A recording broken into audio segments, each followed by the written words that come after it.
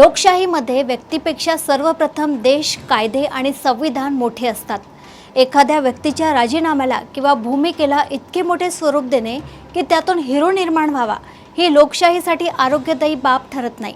कारण लोकशाहीचा पाया व्यक्तिपूजेवर नव्हे तर उत्तरदायित्व, पारदर्शकता आणि संस्थात्मक मूल्यांवर उभा असतो। शिक्षण मंत्री धर्मेंद्र प्रधान यांनी राजीनामा दिल्यानंतर लगेचच कॉकरोच जनता पार्टी व भावनेच्या भरात पार्टीचे संस्थापक अभिजित तिपके यांना हिरो बनविणाऱ्या पोस्ट सोशल मीडियावर सुरू झाल्यात।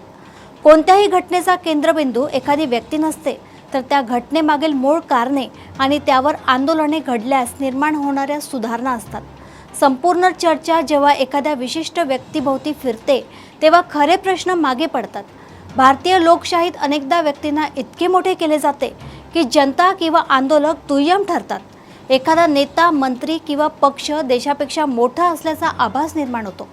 एखाद्या मंत्र्याचा राजीनामा हा कोणालाही नायक बनविण्याचा मार्ग नसतो, तो नैतिक जबाबदारी स्वीकारण्याचा एक भाग असतो।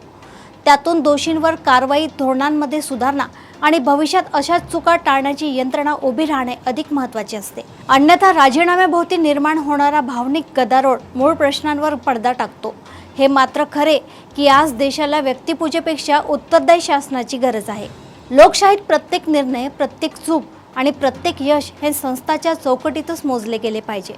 व्यक्तींचे गौरवीकरण किंवा दानवीकरण करण्यापेक्षा सार्वजनिक हिताला प्राधान्य देणे हीच खरी लोकशाहीची ओळख आहे। कोणत्याही घटनेतून हिरो नव्हे तर मजबूत व्यवस्था निर्माण झाली तरच देशाचा लोकशाही प्रवास अधिक सक्षम आणि विश्वासार्ह ठरेल। अशाच घडामोडी व अपडेट्ससोबत पुन्हा भेटूया देशोन्नती संपादकीयमध्ये। तोपर्यंत बघत रहा देशोन्नती। नमस्कार।